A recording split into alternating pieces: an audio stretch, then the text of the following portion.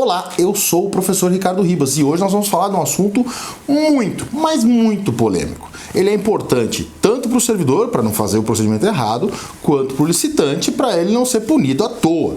Nós estamos falando do Acórdão 1211 de 2021, lá do TCU, que já foi replicado várias outras vezes, já foi motivo de novas decisões no mesmo sentido, frente à nova lei de licitações. Antes da gente começar, se você vem no meu canal sempre no YouTube, você sabe que eu te entrego conteúdo de valor, de forma direta, objetiva, te dou jurisprudência, te dou o caminho das pedras. Então, se você não se inscreveu ainda, se inscreve no canal, ativa o sininho, dá o seu like, compartilha o seu vídeo, eu te ajudo, me ajuda também, Vamos seguir com esse canal, vamos fazer esse canal voar. Se você está vindo aqui pela primeira vez, mesma coisa, Já se inscreve no canal, ativa o sininho e bora pro vídeo. Vamos lá. O negócio é o seguinte, o Acórdão 1211 de 2021 do TCU revolucionou, de certa forma, o meio pelo qual nós interpretamos, a forma pela qual nós interpretávamos a questão da habilitação. Eu vou ler o acórdão no trechinho que é importante, só para a gente saber do que a gente está falando, e aí nós vamos comentar e vamos ver onde é que está o problema. Diz o Acórdão 1211 do TCU, acompanha comigo na tela. Ele vai lá, falar sobre a habilitação e ele deixa assim: deixar assente que o pregoeiro, durante as fases de julgamento das propostas de habilitação, deve sanear eventuais erros ou falhas que não alterem a substância das propostas, dos documentos e sua validade jurídica, mediante decisão fundamentada, registrada em ata e acessível aos licitantes. E aí ele dá toda a fundamentação. Mas a parte importante é essa aqui, sendo que a vedação, a inclusão de novo documento, previsto tanto no artigo 43 do parágrafo 3º da lei anterior, a 8666, como no artigo 64 da nova lei de licitações, não alcança documento ausente comprobatório de condição atendida pelo licitante quando apresentou sua proposta, que não foi juntado com os demais comprovantes de habilitação e ou da proposta por equívoco ou falha, o qual deverá ser solicitado e avaliado pelo pregoeiro. Volta aqui comigo. O que o TCU está dizendo? Ele está dizendo o seguinte: olha, se a empresa deixou de apresentar um documento que já existia, ou seja, ele é datado de antes da licitação, que já existia antes da sessão de licitação, e que só não foi juntado por um erro, por uma omissão, por um esquecimento, por uma falha, você, pregoeiro, pode requerer este documento, a apresentação desse documento, e não pode inabilitá-lo se ele apresentar, mesmo que extemporaneamente. Qual é o problema disso, ainda sem entrar na nova lei de licitações? O problema disso é que nós temos, desde a 8666, uma coisinha chamada critério de julgamento objetivo, princípio da isonomia, vinculação ao edital, legalidade, princípios esses que norteiam aí a nova lei de licitações e a antiga lei de licitações também, por que não falar assim? E a questão é, poxa, se eu posso juntar posteriormente um documento que já existia, então eu não preciso me preocupar em estar correto, em participar corretamente, em ter atenção na documentação de habilitação. Essa é a primeira conclusão que se força, que se tem ao permitir aí a interpretação do Acórdão 1211. Os que defendem este acórdão, eles dizem o seguinte: olha, a licitação não é um jogo, a licitação não é uma corrida de barreiras que você tem que passar por todas elas, o que importa é a verdade real, o que importa é você ter o menor preço, você comprovar que a empresa de fato, de verdade tem condições e não a simples análise de documentação.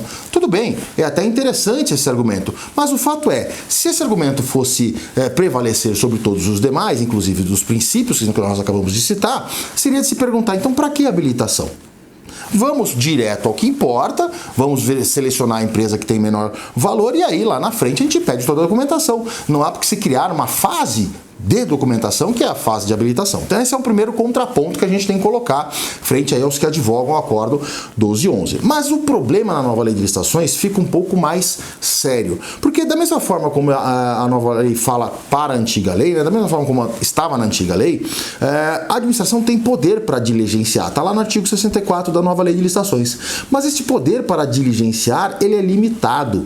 O artigo 64, como também a antiga lei de licitações, vai dizer que o poder para diligenciar é para esclarecer documento que já está lá, para esclarecer situação que ficou dúbia, ficou um pouco complicada de ser interpretada com a documentação que já consta e não para apresentar documento novo.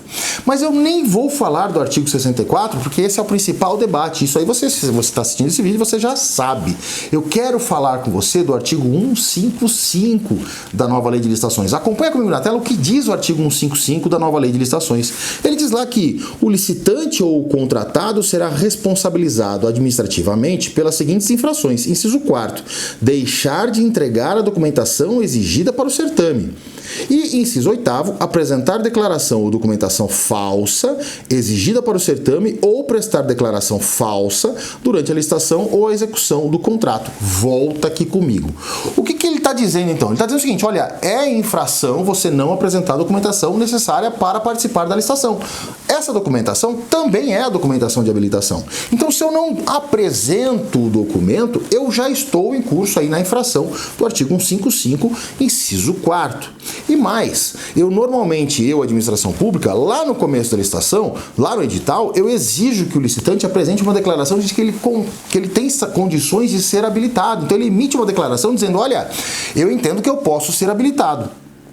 Uma coisa é você apresentar um documento achando que é outro. E outra coisa é você não apresentar nenhum documento para aquela exigência do edital. E aí ele teria declarado falsamente, né, que entende ser possível a sua habilitação. Percebe que a ausência do documento, e presta atenção agora, nós estamos falando de ausência de documento de habilitação. Né? A ausência do documento de habilitação, ela importa na nova lei dois tipos de infração. Uma direta, que é do inciso 4º, não apresentar o documento, e uma indireta, que é aquela declaração, né, de que eu satisfaço as condições de habilitação. Tá, Ricardo, mas e daí? É infração, mas e daí? Eu posso participar da licitação. O TCU disse que eu posso participar da licitação. E daí, meu amigo, é que lá no artigo 156, logo depois do 155, você vai verificar que o inciso 4º, a infração do inciso 4º é punida com impedimento de licitar e contratar com a administração.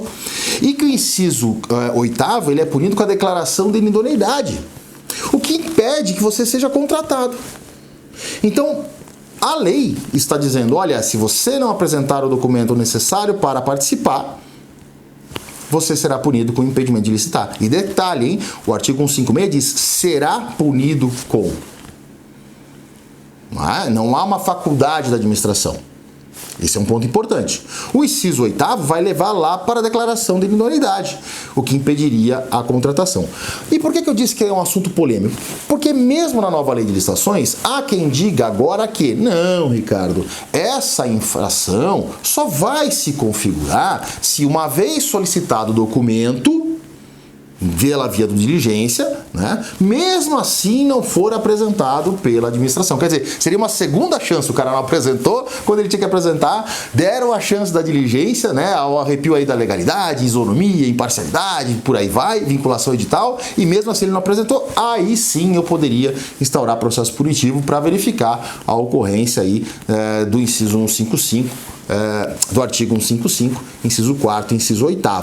Particularmente, não concordo. Não concordo por quê? Porque a lei tem que ser soberana. A interpretação da lei, ela tem que, em determinadas situações, no caso em que há uma literalidade tão clara, né, a interpretação tem que se limitar ao texto da lei, até porque esse texto não veio de uma pessoa ou de duas, veio do Congresso, né, o representante do povo. Então, ponto 1, esse é um ponto importante. Ponto 2, você que é município, você que é estado, nem mesmo pode invocar o acórdão 1211, porque é um acórdão federal do TCU, então ele não vale para o seu município, ele não vale para o seu estado, lógico. Se você eventualmente utilizar recursos federais, valeria. Mas, em regra, recursos próprios, recursos estaduais, né, não tem a possibilidade, né, de invocar ali, tanto na defesa da empresa, quanto para permitir a juntada posterior de documento pelo servidor, né, não tem a possibilidade de se utilizar do acórdão 1211, porque é um acórdão do TCU. Ainda assim, para quem, né, tem mais pé no chão, aí, mais julgamento objetivo, aquele acórdão não é uma súmula, né? Não é uma súmula vinculante, né? Vale para aquelas partes, né? E aí nós temos que invocar, quem lembra das aulas de direito na faculdade, né? O princípio da hierarquia das normas, as fontes do direito, né? Para daí lembrarmos qual é o papel da jurisprudência na interpretação da norma. O Tribunal de Contas não pode legislar por intermédio das suas decisões.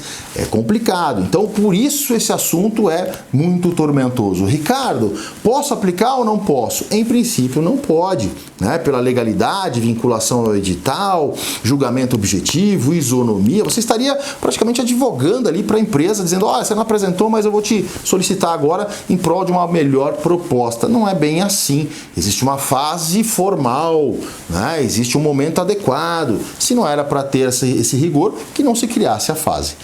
O professor veio hoje tocar uma pitada de pimenta no nosso canal, colocar aí a discussão. Deixa nos teus comentários aqui no vídeo o que você acha. O Acórdão 1211 é bom? Deve ser aplicado? Não é? Ele é incompatível com a nova lei? E aí, como é que fica o 1211 na nova lei de licitações? Eu sou o professor Ricardo Ribas. Se você gostou desse vídeo, peço para você se inscrever no canal, ativar o sininho, curtir esse vídeo e compartilhar com seus amigos. Tchau, te vejo no próximo vídeo.